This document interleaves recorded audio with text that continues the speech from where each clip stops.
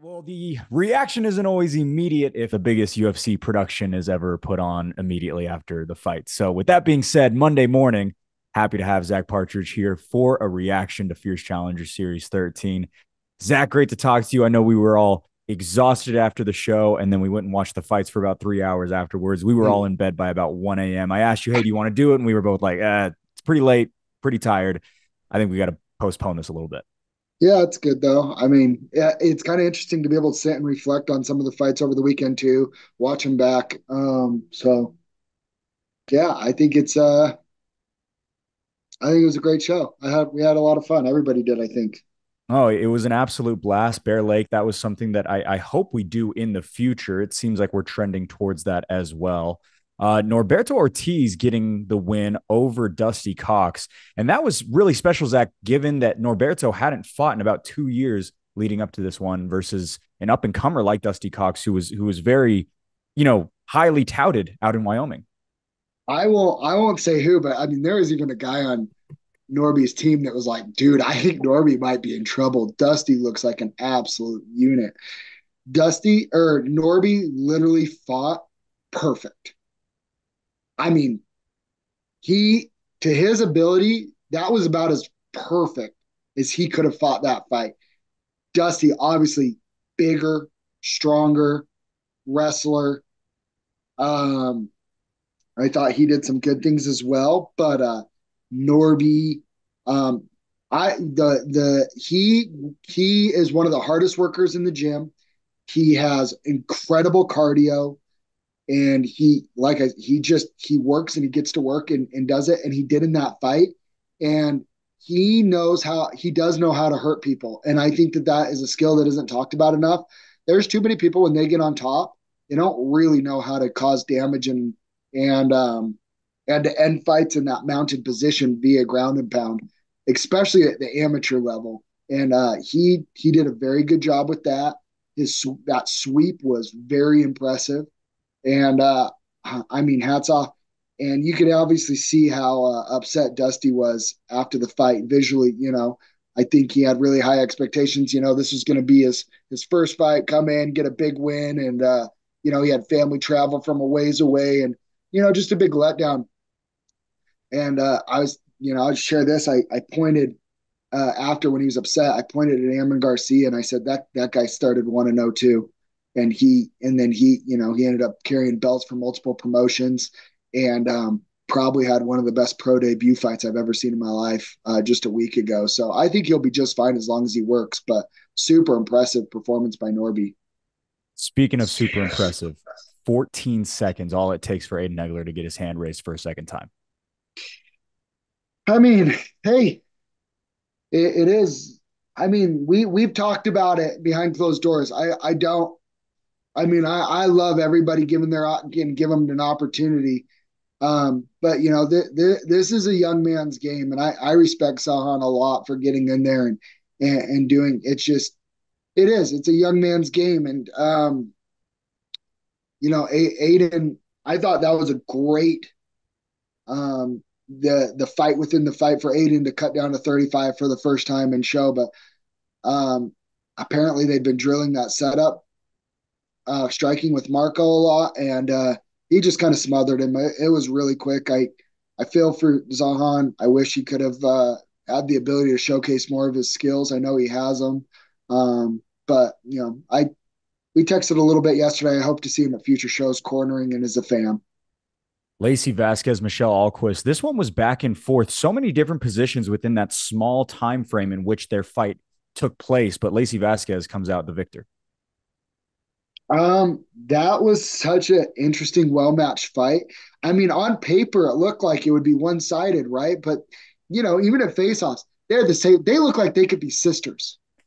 I was just watching the broadcast back and I was like, I can't even decipher between them on the broadcast. It was very difficult. They look like sisters. Yeah, I mean, I think they are so evenly matched. And what's interesting is Michelle had a front head guillotine too that I thought was kind of close. I mean, Lacey did all the right things to defend it, but Michelle just probably needed to make a few adjustments to get the finish. But that was close. I mean, it was just it was a good matchup. It was nice to see Lacey's growth. She's obviously gotten better. Um, and Michelle has been fighting at other shows, and I still think, for what she is, and where she's at in her career, like, she still has an opportunity to put herself in a title picture. She's still 3-2 and could come back and get a win. I think she's a tough girl, and I mean, my hats off to both of them. I think that was a cool fight to put on.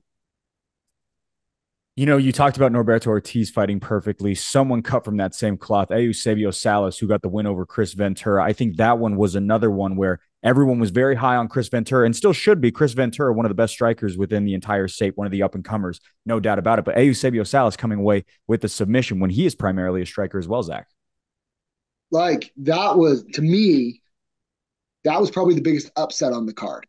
I think people, they look at Chris as the future, one of the future guys in Utah. And we hear, Marco rave about him, Kent rave about him, Mike Jones rave about him. I just had a conversation with other coaches that have been around him. They're like, no, dude, he's very good. He's good at jujitsu. And I think that, but the beauty with the fighting is you have to go in and fight and you have to execute. And that's a skill as well. And Chris was he was measuring and doing, I mean, he looked like a very advanced, skilled striker on the feet. And Salas, considers himself a striker too, but don't forget, he trains at Cache Valley Mixed Martial Arts with Kofi. I'm not going to attempt to slaughter his last names because I respect him too much. But Coach Kofi, who is a phenomenal grappler, you better believe that his guys are getting better in all areas of the sport. And Salas showed that. He even said, like, it was kind of special for him to get the submission win, even though he considers himself more of a striker too. Good on him. It's always cool to see when the quote unquote underdog, it just shows in this sport and in all sports. It's one thing I love about it. It does not matter who believes in you. If nobody believes in you, as long as you believe in yourself and the guys in your corner believe in you, that sometimes that's all you need. And he showed that, and I thought that was really impressive. I would love to have him back. I love the intensity listening to Kofi Corner. He's one of my favorite guys to listen to. Salas was fun. He had a fun walkout, came in there, didn't back, showed no fear at weigh-ins and showed no fear in the cage, got the job done. I think we're going to see Chris back very soon. He's jonesing to get back in there and right that wrong. So should be interesting. Proud of them, both of them. First of three to go to a decision. Max Taylor, Jordan Jones again. When all 3 rounds, Max Taylor comes out on top. Man, I thought that was a really good fight. I thought that was close. That could have been fight of the night. I mean, none of the rounds were dominant, but they were close. Jordan Jones showed a lot of growth from his first fight to his last fight. Max also was able, learn some things. Fighting the independent guy, got the first round knockout back in April. Now fighting a tougher guy from a very good gym, that step up on competition. He did some things very, very well, but he also, there's some areas that, he can learn from as well. I think, hats off to both those guys for showing their growth and their, it was just fun how just well-mannered. Both Max is a really nice kid. Jordan's like one of the nicest fighters that we have here in Utah. So that was just kind of like out for the promotion to work with both of them and to see that fight and how it played out. And they're so competitive. There was moments in that fight where I think Jordan could have found a way out. And I think a lot of fighters would have found a way out. And he just showed how tough he truly is for how nice he is. Like that, I thought that was really cool. Incredibly impressive on both parties. All right, Luke Sanders, Adam Easley. Adam Easley snaps a 4-fight losing streak that had overstayed its welcome. Super happy to see him get his hand raised after a little bit of time. I think that, that was, I mean, it was just kind of a grinder dog fight, right? And I thought Luke, did a lot of good things. And I mean, Adam just made that fight. I think they both did. They just kind of made it an ugly fight. I mean, a lot of it pressed up against the cage, jockeying for position.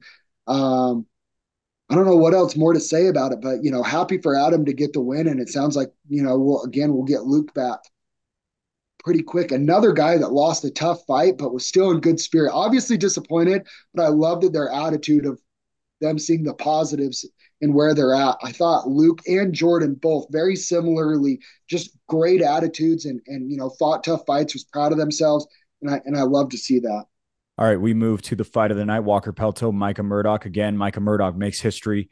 Two fights, 7 days. Zach, unprecedented by him. Walker Pelto, the hometown hero. Everyone was there for him, as we heard from the crowd reaction. Walker Pelto getting it done. Man, I go into the cage after the fight, and Micah's pissed off because he goes, "I can beat that guy. I can beat that guy." And I love his confidence. Like, he's like, I still feel like he still feels like he's the better wrestler, and he has an internal belief that I think something that you can't teach.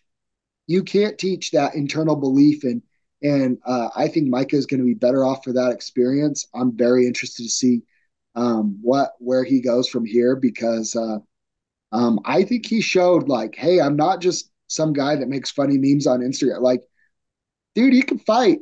He can fight, and he's a dog. He's got that dog in him. At least stick it out. And I thought Walker for a 19 year old polite, another nice guy of Utah. Um, I guess Idaho technically, but he is such a nice young man. And but I thought he did some things in that fight that showed a lot of good awareness and experience. And again, in a 3 round fight, like he found some places very similar to Max Taylor, moving to 2-0 while controlling the fight and doing a lot of good things. I think he found some things that, hey, we can get better in these areas too. And I think Walker is the type of young man too that he's not going to cut any corners and he's going to start filling those holes, and he's just going to get kind of scarier and scarier to fight. So I'm excited. I'm excited to see what's next for Walker. Walker Pelto, such a fan favorite. I mentioned it on the broadcast, but every time we went into town, Zach, everyone was like, "Oh yeah, we're going to Walker's fighter. Oh yeah, we know Walker. We love him. Like he's fighting this weekend. Like we're totally going to come." So I, many I people just love him in that area. I don't know if I should share this, but whatever. I'm going to share it anyways. If you don't like it, you can cut it out. So we went to the hardware store, and we ran into the mother of a girl who used to date Walker. And even she had good things to say about him. So, hey, if you got to know how good of a guy he is his daughter used to date, and she's even, oh, he's the best. He's the nicest young man. Even everybody has good things to say about Walker because he really is. He's just a really kind of nice person, but he's a beast in the cage. All right, David Maggio getting it done versus Vince Wright. And David Maggio shows everyone why he's one of the best off of his back in the entire state, Zach. Man, David Maggio, what was really interesting about that fight for me is when I went into the cage after, even one of the coaches, even one of the coaches cornering, he goes, sometimes, Maggio has been around. Like Vince is really good in a lot of areas. And even his coach was like, sometimes I just forget how good Maggio is, on the ground and in those transitions and stuff. I think you said it. You said it that night. Maggio has to be one of the most dangerous or best fighters in Utah off of his back. I mean, he's very good, and he transitioned those two. They both were just doing the right things, and it was just who was going to make the mistake first, and it was Vince in that moment, and he locked up a super tight triangle. Tough pill to swallow for Vince, I know, but he'll be back, I'm sure, and I thought, for his I know Maggio was super disappointed in his performance in April. I mean, I think that's a performance that he could be super proud of and propel himself, to maybe getting on a nice little win streak here. It was so great to talk to him after the fight in the post-fight interview and just see the energy. You could see how much he really wanted that one and how much it meant to him. So hats off to David Maggio out of elite performance. Cole Schaefer, Chris Chu in the main event. Cole Schaefer comes away with one of the most vicious performances I think we have ever seen. I mean, he comes away with the performance of the night solely due to the amount of damage he did, Zach, and Chris Chu, unfortunately, was on the short side of it. Those were some of the most violent elbows that we've seen at Fierce, and that's saying something. We've had Kent in that cage quite a bit, right? But the thudding sound, that was probably the most brutal ground and pound we've seen. in my years at Fierce. And Chris took all of it. He's so tough. He's too tough for his own good, to be honest. Cut a lot of weight, my opinion, too much. I hope there's a conversation about him possibly just going up to 205 and staying there with how big he's gotten. Um, I think that weight cut was a big factor for Chris and his energy. I thought Cole thought that was the most complete performance I've ever seen from Cole. He he he had a game plan. He did so many things so well. The striking stuck to the game plan. Even he got hit and rocked a few times. Like, let's call a spade a spade. It wasn't perfect as far as like it's not like he didn't get touched. Like Chew clubbed him a few times, and that's a big human being to be chucking leather and limbs at your body. And he rocked Cole. Cole did the right things. Even when he was hurt, he started moving laterally again, utilized his wrestling. That was, I think, the best that I've ever seen him utilize his blend his wrestling with his striking. And I think it was all the difference in the world. And I think there is a lot of really fun opportunities and potential future matchups for Cole Schaefer now as he kind of, back on his 3-fight win streak, for the second time in his pro career. I think it's, onward, upward. And I think he's really found his stride in that room. I think it's so invaluable for him to be in a room with Mike Jones and Court McGee and Andrew Mickelson and Alden Ashcroft and all these guys that are kind of 170, 185ers, just iron sharpening iron with those guys. I think that's I think we saw the best version of Cole because of the environment that he's in right now. Absolutely agree with all of that. Really quickly, before we close this out, have you been able to check in on Chris Chew? How is he doing? I Yeah, know he he's did have okay. Yeah, he's okay. We were texting later that night. He was good. released from the hospital. Um, all of his scans came back clear. So, he'll recover, and I'm sure he'll be wanting to get back in there soon. Again, he might be one of the toughest guys in Utah. I mean, he was mad that the fight got stopped. I mean, he's so tough, and he was that way with the Mickelson. I told Cole he should be proud. That's a short list to have guys have wins over Chew. It's Andrew Mickelson and Cole Schaefer now, and that's it. So that was not a layup. I mean, dude, Chris is Chris is a scary match. That's a scary matchup for anybody that knows that the guy won't go away and you can literally almost beat him to death and the ref will have to pull you off of him and he'll be mad that the ref did it. That's not a picnic for anybody. So Chris is doing good. I'm sure he's a little bummed, but I'm sure we'll see him back in there, within the next, 4 to 6 months or whatever, whenever he's ready to go again. Happy to hear he's doing all right. Another incredible show. Back-to-back weekends have concluded, but we got another couple of back-to-back weekends coming up in November. Zach, anything you want to say about November 8th, or are we going to wait to break some of that news a little bit later on? We're gonna be dropping some news about our venue for November 8th and December 13th. We're going to a new venue in downtown Salt Lake. It's very cool. It's going to be intimate. It's going to what we're doing and the level that we're trying to put it of detail that we're trying to put into this venue too. We're going to be able to do some things that we just haven't been able to before that I think is just going to create the best fighter fan experience that we've ever been able to put on. Going to be so special. Zach Partridge, thank you so much. Thank you, brother.